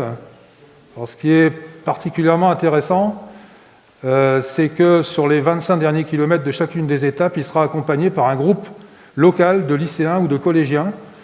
Et donc, ce sera l'occasion de promouvoir la santé par le sport pour les adolescents. Et donc, il y aura un passage. La dernière étape, ce sera une étape entre Guingamp et Carantec, qui passera par Morlaix, principalement pour mettre en valeur la maison du sport et de la santé de l'hôpital. Ils seront accompagnés par le lycée Notre-Dame-du-Mur et puis quelques élèves des écoles élémentaires de Morlaix qui auront, eux, terminé leur cycle d'apprentissage de la sécurité dans la circulation à vélo. Voilà. Donc c'est l'occasion de mettre en évidence un certain nombre de bonnes pratiques également. Plougane Trail, tout le monde connaît. L'Union cycliste du Pays de Morlaix, ce sont les courses traditionnelles. Et la Tresco également. Les associations sportives scolaires, pour terminer, c'est exactement le même type de calcul que pour les clubs sportifs, c'est-à-dire un système par points et une répartition au prorata de l'activité de l'association. Les baisses, certaines des baisses, on a conservé les 8 € par licencié domicilié à Morlaix. Les baisses qui ont été que le manque d'activité a entraîné pour les clubs font qu'à l'arrivée, forcément, on a une petite cagnotte. Donc, ça nous permettra, pour celles et ceux qui auraient été un peu cigales, pas assez fourmis, de prendre en compte leurs difficultés momentanées. Donc, avec le service des sports, on va lancer un deuxième appel à projet au club avec réponse, parce qu'il faut qu'on organise les choses. On ne peut pas distribuer comme ça sans critères. Donc, on va faire un appel à projet à déposer jusqu'au 30 juin, qui ne prendra en compte, dans lequel on déterminera un certain nombre de conditions d'éligibilité à participer à un complément de subvention venant de la cagnotte. Les différentes commissions ont dit qu'ils étaient d'accord avec tout ça, avis favorable à l'unanimité. Merci. Y a-t-il des interventions sur le sujet? C'est vrai que depuis des années, là on a pour le coup dans ces subventions une parfaite organisation rodée. Il y a eu quelques évolutions de critères, notamment sur le nombre de licenciés, licenciés morlaisiens. Et comme le disait Yvon, si certains clubs n'avaient pas été suffisamment vigilants ou avaient dû faire face à des dépenses particulières dans cette année Covid où l'activité a été moindre, il nous reste effectivement la possibilité de les aider, mais dans un dialogue de gestion à construire avec les différentes associations. S'il n'y a pas d'intervention, y a-t-il des abstentions, des oppositions? Il n'y en a pas. Merci. Je vais pouvoir passer la parole à Monsieur Plouzen pour une convention financière entre le SDEF et la ville, les habituels travaux d'effacement de réseau. Merci Monsieur le maire, bonsoir à toutes et à tous. Vous allez pouvoir constater que la convention suivante et celle qui la suit se ressemblent beaucoup. En fait, c'est sur le même tronçon routier qui a été divisé en deux. Il s'agit donc bien d'une convention financière entre le SDEF, donc le syndicat départemental d'énergie et d'équipement du Finistère, et la ville de Morlaix sur des travaux d'effacement du réseau. Sur la rue Guille-Normand, la première délibération prendra son effet sur le tronçon du rond-point de Traoulen jusqu'à la rampe de Kermadiou. La rue Guille-Normand fait l'objet de travaux, comme vous avez pu le constater, importants de renouvellement des réseaux d'eau potable, d'assainissement et d'eau pluviale sur une période allant de janvier à juillet 2022. Ces travaux sous maîtrise d'ouvrage Morlaix Communauté couvrent un linéaire qui s'étend du rond-point de la place Traoulen à la rue Créravel, qui est entre Morlaix et Plourin-les-Morlaix. Morlain, un lapsus. La ville de Morlaix, pardon. Lapsus qui nous agrée. La ville de Morlaix a programmé en suivant dans le cadre de l'exercice budgétaire 2022 donc la requalification de la rue Guilnormand en comaîtrise d'ouvrage à la ville, juste à côté de la nôtre, de Plourin-les-Morlaix. Ces travaux donc concernent à la fois l'effacement de l'ensemble des réseaux souples, la basse tension, le réseau d'éclairage public, les réseaux de télécommunications, mais également les travaux d'aménagement de surface, la réfection complète de la chaussée, des trottoirs, des stationnements et des aménagements de sécurité, ainsi que le marquage au sol et la signalisation verticale. Le bureau d'études ING Concept a été retenu pour réaliser la maîtrise d'œuvre de cette opération. Les deux collectivités assurent chacune la maîtrise d'ouvrage des travaux d'effacement de réseau aérien, basse tension, eau pluviale et forte tension, et ont sollicité le SDEF donc, pour réaliser ces travaux. Deux conventions financières sont établies avec le SDEF, établissement la contribution communale aux travaux prenant la forme d'un faux de concours. Donc je vous ferai grâce des travaux qui sont cités ci-dessous. Je vais aller directement au projet de délibération. Donc, considérant que la ville de Morlaix sollicite le syndicat départemental d'énergie et d'équipement du Finistère, donc le SDEF, dans le cadre de la réalisation des travaux d'effacement de réseau, rue Guilnormand, du rond-point de la place Traolène à la rampe de Kermadiou, considérant que la ville et le SDEF conviennent que la contribution communale aux travaux prendra la forme d'un fonds de concours, considérant que la convention donc, avec le SDEF prévoit la répartition suivante des dépenses d'effacement de réseau électrique, donc le réseau BT HTA pour 50 000 €, l'effacement de l'éclairage public pour 8 750 €, ainsi que les télécommunications, 10 000 €, soit un total de 68 750 €. Il faut à cela rajouter donc, le financement du SDEF, le financement de la commune, donc 53 000 € sur les réseaux basse tension et haute tension, 11 025 € sur l'effacement de l'éclairage public et 12 000 € sur les réseaux de télécommunications. Il faut aussi considérer que tous ces travaux d'effacement ne sont pas coordonnés à ceux de basse tension en raison de l'absence d'appui commun d'un réseau de télécommunications. Il nous faut aussi considérer que le montant de la participation de la commune aux travaux de communication électronique est calculé sur la base de 100% du montant TTC des travaux et s'élève à 12 000 € TTC. Donc cette délibération a eu un avis favorable à l'unanimité lors de la commission des affaires générales et financières. Merci Jérôme. Y a-t-il des questions? Monsieur Moulec? Moi, je m'interroge, je suis un milieu absolument récent, mais il n'y a pas de commission urbaine qui précède la commission des affaires générales financières qui permettrait aux élus que je suis, qui ne fait pas partie de la commission financière, d'être informés de tout ce qui concerne le droit. Quelle est la réponse de cette commission? Alors, pour vous répondre, donc cette commission s'appelle la CAT, la Commission Aménagement et Transition écologique, à laquelle vous étiez conviés et à laquelle Christophe Siewert était là.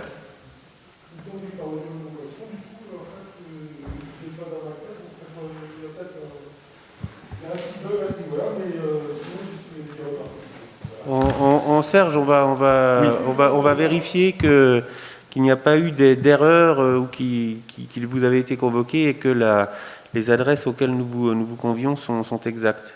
On va immédiatement vérifier. C'est bien enregistré par le secrétariat général qui, dès demain, prendra attache du secrétariat des services techniques pour opérer ces vérifications. Et ce sera avec grand plaisir qu'on se verra à la prochaine.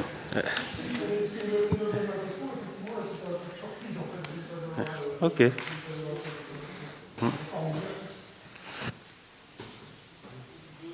Y a-t-il d'autres interventions? S'il n'y en a pas, y a-t-il des abstentions, des oppositions? Allez, on renouvelle pour le second tronçon. Renouvelons donc sur ceci, nous sommes toujours sur la rue Guilnormand, mais là on part de la rampe de Kermadiou et on va jusqu'à la rue Créchabel. Je vous fais grâce du premier paragraphe qui est exactement le même que celui de l'autre délibération précédente. Il y a juste les financements qui changent. Donc la convention financière prévoit pour le réseau basse tension et haute tension 97 500 €, pour l'effacement de l'éclairage public 6 000 € et pour les réseaux de télécommunications partie génie civil 20 000 €, soit un total de 123 500 €. Il faut également considérer que le montant ce coup-ci de la participation de la commune aux travaux de communication électronique est toujours calculé sur la base des 100% du montant TTC des travaux et s'élève cette fois-ci à 24 000 € TTC. Voilà, cette délibération avait fait l'avis d'un avis favorable à l'unanimité. Merci Jérôme. S'il n'y a pas d'intervention, y a-t-il des abstentions ou des oppositions? Nous pouvons continuer avec la cession de terrain en vue de la réalisation d'un lotissement privé secteur du Verger. Tout à fait, monsieur le maire. Donc, dans le cadre de sa politique de développement de l'habitat, la ville de Morlaix a constitué des réserves foncières pour la réalisation de futures opérations d'aménagement à vocation d'habitat, notamment sur le secteur du Verger. Les terrains de la ville de Morlaix ainsi que ceux de 2 autres propriétaires sont concernés par une OAP, donc une orientation d'aménagement et de programmation du PLUIH, que je rappelle qui est le plan local d'urbanisme intercommunal. Et d'habitat, merci monsieur le maire. La CECIB Immobilier, promoteur et aménageur, propose de réaliser sur l'ensemble de ces terrains un lotissement privé comprenant à minima 52 terrains à bâtir libres de constructeurs et 15 parcelles destinées à des logements sous forme de PSLA. Réalisation d'un lotissement à haute valeur environnementale, la CECIB Immobilier a accepté l'offre de la ville de Morlaix au prix de 350 000 €.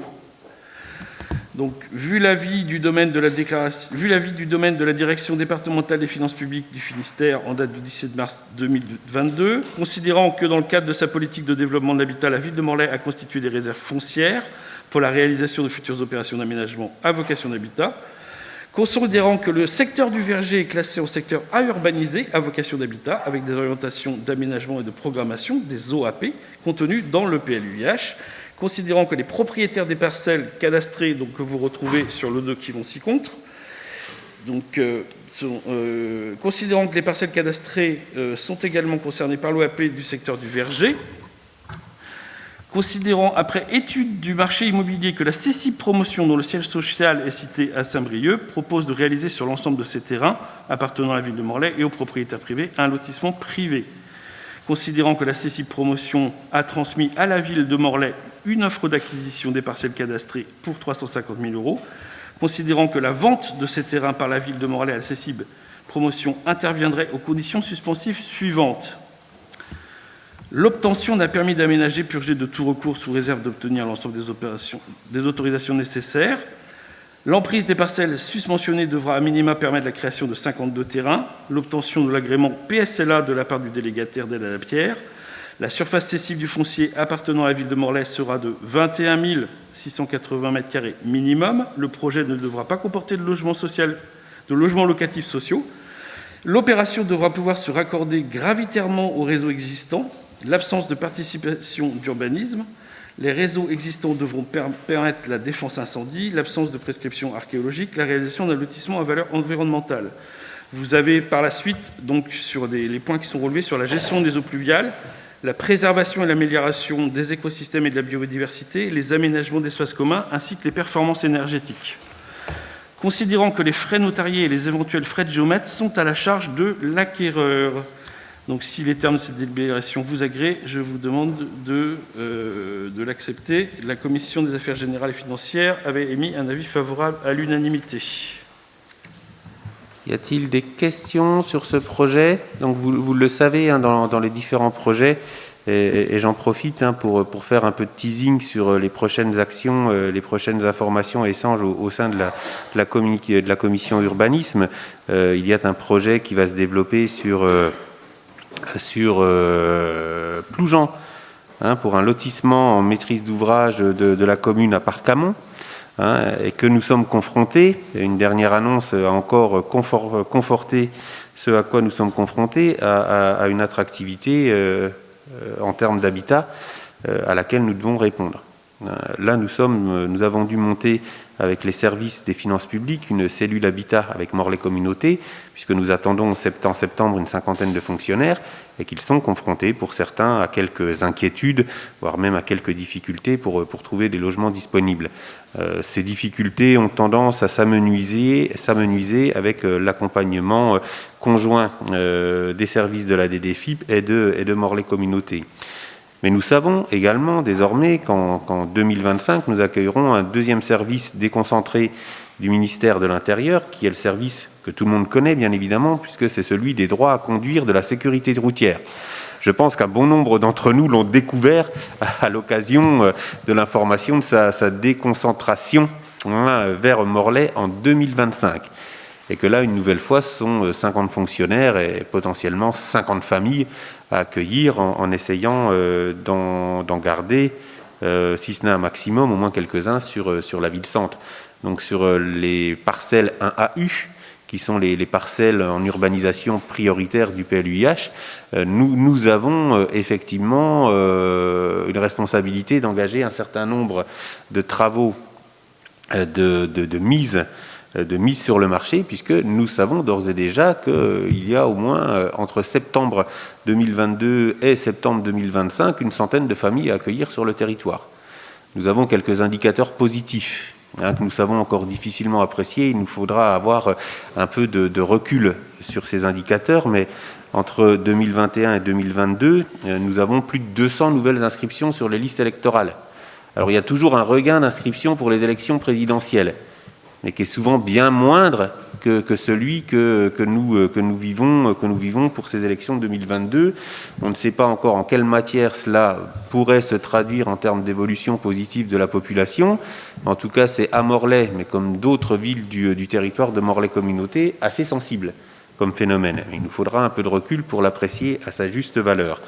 Donc là, nous avons l'occasion, et le travail de la commission a fait son œuvre, puisque nous en avions informé la commission des affaires générales.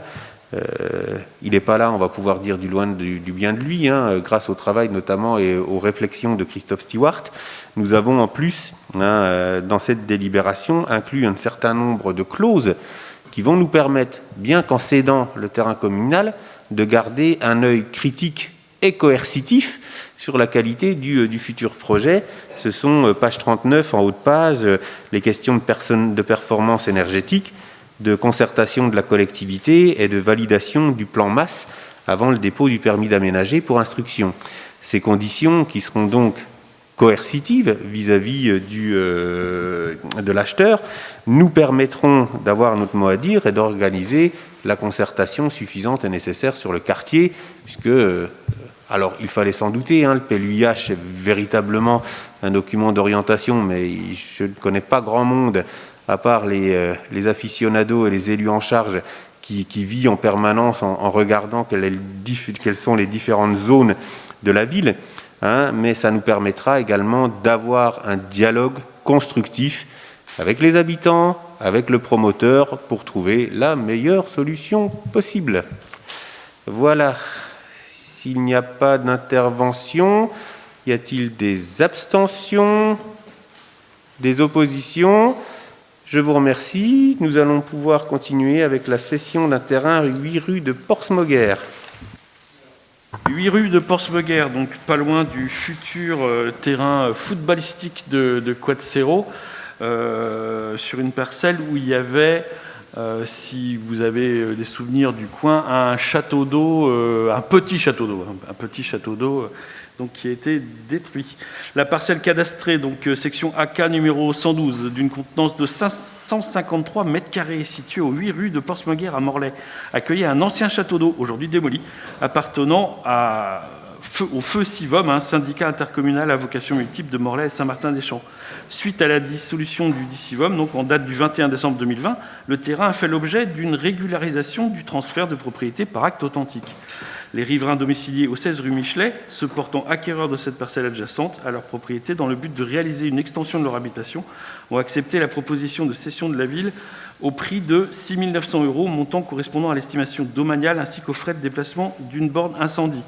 Juste pour revenir sur ces 6 900 €, il y a une petite différence en fait, parce que le devis de Veolia qui était pour le déplacement de la borne incendie, qui était de 2 400 € TTC, est passé à 2 206,15 € TTC. Donc, ce qui va faire baisser un petit peu le prix donc de ces 6 900 € qui vont devenir 6 706,15 €. Voilà. Donc cette proposition avait fait un avis favorable à l'unanimité lors de la Commission des affaires générales et financières. S'il n'y a pas d'intervention, y a-t-il des abstentions, des oppositions? Il n'y en a pas, merci. Acquisition d'un immeuble, Jérôme. Donc l'établissement public foncier, l'EPF de Bretagne, a acquis le 23 novembre 2012 pour la compte de la ville de Morlaix une maison située au 16 rue Albert-Legrand à Morlaix dans le cadre du projet urbain de réaménagement du quartier de la gare, une convention d'action foncière du 20 décembre 2011. Toujours dans ce même cadre, la convention opérationnelle d'action foncière, la ville de Morlaix s'est engagée à racheter ou à faire racheter par un tiers désigné les biens acquis par l'EPF de Bretagne dans un délai de 10 ans à compter de leur acquisition, soit d'ici le 23 novembre 2022, pour l'immeuble du 16 rue Albert-Legrand. Le montant prévisionnel de cession de cet immeuble est évalué à 107 333,16 € par l'EPF de Bretagne. C'est un calcul du prix de revient en date du 28 octobre 2021. Hors frais notariels à charge de la ville de Morlaix, la ville de Morlaix remboursera en outre à l'EPF de Bretagne toute charge, dépense ou impôt non prévu qui interviendrait sur ce bien à l'occasion du portage. Donc, considérant que les chiffres du tableau ci annexé, que vous avez en dessous, page 46, sont susceptibles d'évoluer pour coller à la réalité des dépenses supportées par l'EPF Bretagne et qu'en conséquence, la ville de Morlaix remboursera en outre à l'EPF Bretagne sur justificatif toute charge, dépense ou impôt non prévu sur le tableau ci annexé, de quelque nature qu'il soit, qu'il interviendrait sur ce bien à l'occasion du portage. Donc la vente se fera sous le régime de la taxe sur la valeur ajoutée établie sur la marge. Et les frais notariés sont à la charge de la ville de Morlaix. Voilà. Merci Jérôme. Effectivement, nous arrivons au terme de la convention, nous la devançons un tant soit peu. De toute façon, elle est bientôt arrivée à son terme. Et nous avons d'ores et déjà quelques acheteurs potentiels de ce bien. Donc, il ne restera pas dans le patrimoine de la ville. C'est un bien isolé, mais prochainement, nous devrions, après l'avoir acquis, vous proposer une nouvelle cession de ce bien. S'il n'y a pas d'intervention, y a-t-il des abstentions, des oppositions? Il n'y en a pas, merci. RLPI, Règlement local de publicité intercommunale. Et nous avons un avis. Nous avons déjà eu un débat sur le RLPI à la suite du débat dans la différente cinématique des actions pour la future adoption, nous l'espérons, fin d'année de ce RLPI. Voici l'heure, Jérôme, du débat.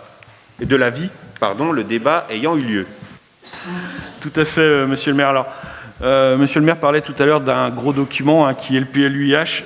J'ai ici son petit frère, le RLPI. Voilà, pour ceux que ça intéresse, il est à votre disposition. Donc, par délibération du Conseil de communauté du 10 février 2020 et du 5 juillet 2021, Morlaix Communauté a engagé une procédure d'élaboration d'un règlement local de publicité intercommunale, le RLPI, sur l'ensemble de son territoire. Il faut savoir, juste pour un petit peu resituer les choses, qu'il y a déjà un règlement national de la publicité, le RLP, qui existe et qui fait foi. Le RLPI va permettre, en plus ou en moins, de pouvoir accepter des choses territoire par territoire. Un débat sur les orientations générales du RLPI a eu lieu en conseil municipal le 23 septembre 2021 et en conseil de communauté le 18 octobre 2021. Les travaux d'élaboration du projet du RLPI arrivent à leur terme. Le conseil de communauté a tiré le bilan de la concertation, puis a arrêté le projet du RLPI. Vous avez à l'intérieur, sur les pages suivantes, la notice explicative de synthèse.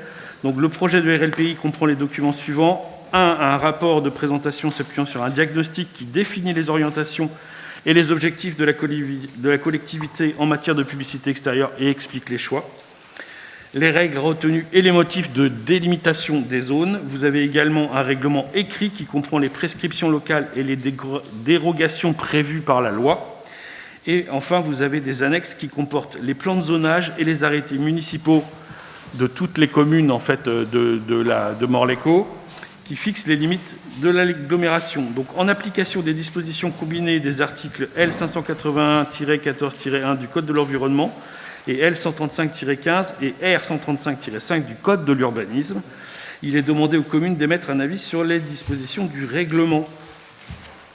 Donc, si on reprend l'avis du Conseil de communauté du 10 février 2020, qui arrête les modalités, si la délibération du Conseil de communauté du 10 février, donc, qui prescrit l'élaboration d'un RLPI, On reprend également la délibération du conseil municipal du 23 septembre 2021, puis celle du conseil de communauté du 7 février 2022, qui a arrêté là le projet du RLPI, considérant que l'intégralité du projet de RLPI a été transmis et est à disposition des conseillers municipaux. Donc si les termes de cette délibération vous agréent, j'invite les membres de l'Assemblée délibérante à émettre un avis sur le projet de règlement local de la publicité intercommunale et notamment sur les dispositions du règlement qui concernent directement la commune. Et cet acte sera transmis, comme d'habitude, au préfet du Finistère au titre de contrôle de la légalité. La commission des affaires générales et financières a émis un avis favorable à l'unanimité. C'est vrai que quand nous avions eu le débat, nous avions pu constater que ce document était plutôt positif vis-à-vis de la ville. Les services, les élus s'y sont largement investis et que sur un certain nombre de sujets, c'est plutôt des évolutions positives. Sur l'extinction nocturne des affichages lumineux, sur la limitation au sein du patrimoine, du site patrimonial, sur la réduction, voire même l'interdiction en entrée de ville. Il nous tarde presque de pouvoir adopter ce RLPI et en tout cas de nous en saisir, notamment pour résoudre une difficulté que nous rencontrons depuis plusieurs années, c'est le renouvellement du marché d'affichage public. Vous avez tous constaté que depuis un certain temps, les sucettes de co ou le panneau indicateur de la place Souvestre, pour certains, sont encore en usage, mais pour d'autres ne sont même plus réparés, puisque nous sommes sortis du marché et que nous fonctionnons par tacite reconduction depuis quelques années, mais sans avoir le renouvellement du matériel suffisant et nécessaire. Dès lors que le RLPI sera adopté, nous aurons la base légale du règlement local qui nous permettra de relancer les consultations. Nous avons pris un peu d'avance et nous espérons au plus vite, après l'adoption du RLPI, pouvoir passer un marché, et si ce n'est fin 2022, puisque le RLPI sera adopté en novembre, en tout cas tout début 2023, repasser le marché d'affichage public et ainsi renouveler le matériel urbain de cet affichage.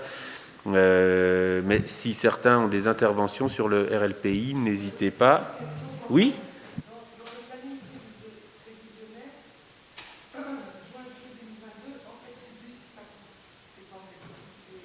C'est l'appel, il y aura la nomination d'un enquêteur qui recevra toutes les remarques de la population. C'est une procédure tout à fait légale où chacun des habitants de la ville pourra s'exprimer sur le projet. Alors il y a déjà eu une large consultation avec un certain nombre d'acteurs associatifs, réglementaires, des collectivités également partenaires, mais il y a aussi cette étape de consultation et de possibilité de remarques ouvertes à la population dans l'enquête publique. Juste pour finir, monsieur le maire, ont été mis dans la boucle, évidemment, parce que ça pourrait susciter des questions sur le fait d'un périmètre et d'un règlement qui puisse être coercitif. Les professionnels de l'affichage, les professionnels de la publicité, les professionnels les enseignistes ont été également mis dans la boucle et ont pu apporter à leur contribution à la fabrication du RLPI. Merci. Ça ne veut pas dire qu'ils étaient farouchement heureux des orientations, mais en tout cas, la consultation a d'ores et déjà été très large. Mais c'est vrai qu'on voit fleurir notamment des dispositifs lumineux. Le RLPI propose leur extinction de 22h à 7h du matin. Je crois que cela sera une avancée véritablement en termes de préservation de l'environnement. On va, je l'espère, s'en réjouir quand il sera adopté. Y a-t-il d'autres interventions ? Écoutez, s'il n'y en a pas sur l'émission d'un avis favorable au RLPI, y a-t-il des abstentions, des oppositions ? Il n'y en a pas. Merci. Nous avons un nouveau monument historique au sein de la ville. Et dès lors, il faut émettre le périmètre de préservation. Tout à fait, monsieur le maire. Donc, une délibération pour voter la réalisation d'un périmètre délimité des abords autour d'un MH, monument historique. La maison située 13 rue Longue renferme la demeure et l'atelier de Jean-Louis Nicolas, peintre, décorateur et maître verrier du XIXe siècle. La commission régionale du patrimoine et de l'architecture a émis un avis favorable à sa protection au titre des monuments historiques. Dès l'arrêté de protection signé par Monsieur le Préfet de la région de Bretagne, le monument bénéficiera d'une zone de protection délimitée par un rayon de 500 mètres de distance. Toutefois, et cela est important, l'article 621-31 du Code du patrimoine permet d'ajuster ce périmètre de protection par la création d'un périmètre délimité des abords, un PDA, du nouveau monument historique. Pour faire succinct, le périmètre classique des 500 mètres est un cercle où on prend le centre, qui est l'objet de la mise en place du périmètre, et on trace un grand cercle tout autour de 500 mètres.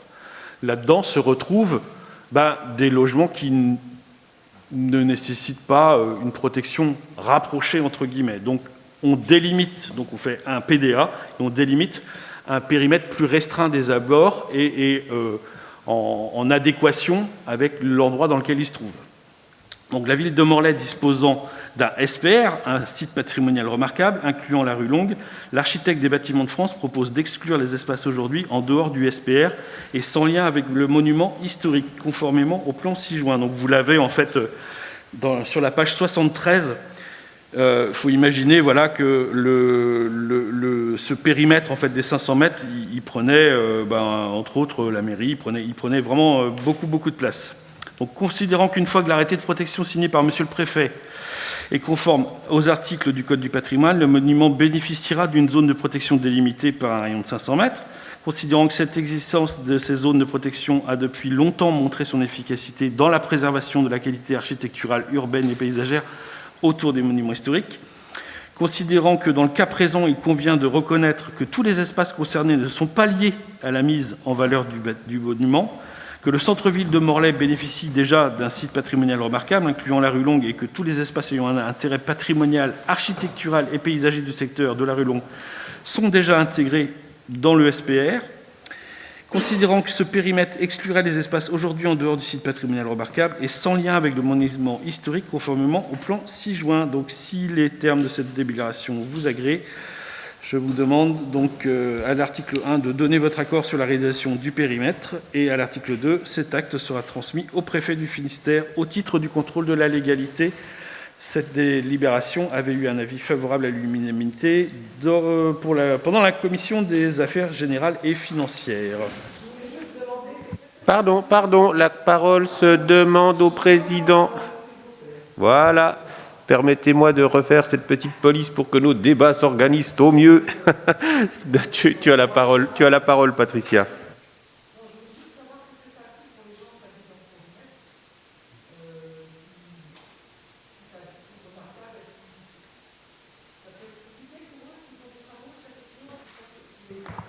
Alors, le site lui-même, comme il est énoncé dans la délibération, le site lui-même, il est déjà dans le SPR, le secteur sauvegardé. Voilà, secteur patrimonial remarquable. Donc il y a déjà dans ce périmètre, si tu veux, des contraintes, mais il y a aussi des aides en conséquence. Là, le fait de pouvoir marquer ce bâtiment-là comme monument historique, c'est juste appuyer sur un point précis, et c'est ce qui permet, le PDA permet justement que le périmètre des 500 mètres n'aille pas sur des endroits où il n'est pas nécessaire. Voilà.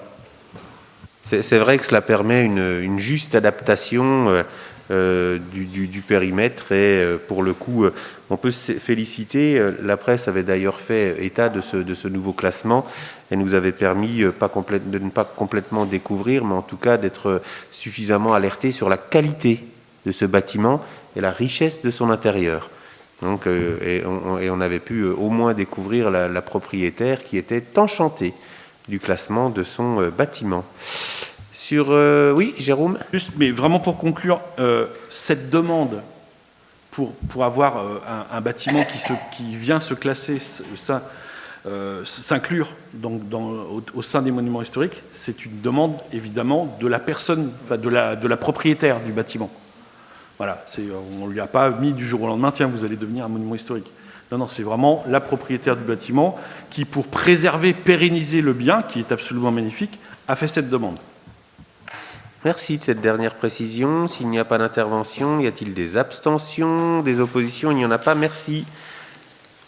Les très connus fonds d'intervention pour l'habitat et le fonds de modernisation des anciennes et façades commerciales. Jérôme, toujours. Tout à fait, merci Monsieur le maire. Donc le FIH, Fonds d'intervention pour l'habitat et les subventions, dans le cadre de sa politique patrimoniale et de la mise en valeur du plan de sauvegarde et de mise en valeur du patrimoine, le PSMV, la ville de Morlaix, accompagne financièrement les propriétaires réalisant des travaux d'entretien et de mise en valeur de leurs façades, des immeubles et des commerces, ainsi que les murs de soutènement traditionnels. Dans le cadre du fonds d'intervention pour l'habitat, le FIH, la préservation et la mise en valeur des façades, la restauration des façades des immeubles à pans de bois répertoriés comme bâtiments remarquables, le conseil municipal est sollicité concernant les demandes suivantes. Elles sont au nombre de 3. Une demande pour le 67 rue du Mur, pour un montant de subvention de 3 336 € et 11 centimes. Une demande pour la 9 place du Dossen pour un total de 2017,20 € et une demande pour le numéro 8 du pont Notre-Dame pour un total de 697,09 €. Merci Jérôme. S'il n'y a pas de questions, y a-t-il des abstentions, des oppositions? Il n'y en a pas. Merci. On peut continuer avec le fonds de modernisation des enseignes et façades commerciales. Donc la même chose que le FIH, mais pour les commerces. Donc là, nous avons, toujours dans le cadre du PSMV, deux adresses. Donc le 51 rue du Mur pour un montant de subvention de 1 394,95 € et le 17 de la rue Gambetta pour un montant de subvention à allouer de 2 500 €. S'il n'y a pas de demande d'intervention, y a-t-il des oppositions, des abstentions? Nous arrivons à la dernière délibération de notre Conseil sur la programmation d'événements. Monsieur Laurent. Oui, sur la programmation d'événements, autorisation de signature de conventions et de contrats en 2022. Afin de dynamiser la vie locale, plusieurs événements sont organisés durant l'année 2022, notamment dans le cadre des manifestations estivales. Différents prestataires sont sollicités pour leur mise en œuvre, les entreprises, les associations, les compagnies d'art de rue, et nécessitent l'établissement de conventions, de contrats de prestation, de contrats de cession et autres documents contractuels préalables à la mise en place des 10 événements. Considérant le calendrier municipal et afin de ne pas obérer la tenue des manifestations au détriment du public, il est proposé d'autoriser Monsieur le maire, au titre de l'exercice 2022, à signer toute convention relative à l'organisation de ces événements. Si les termes de la délibération leur agréent, les membres de l'Assemblée délibérante sont invités à valider cette proposition. La Commission, dans le cadre des affaires générales et financières de sa séance du 29 mars 2022, a émis un avis favorable à l'unanimité. Cela nous permettra effectivement de contractualiser un certain nombre d'animations.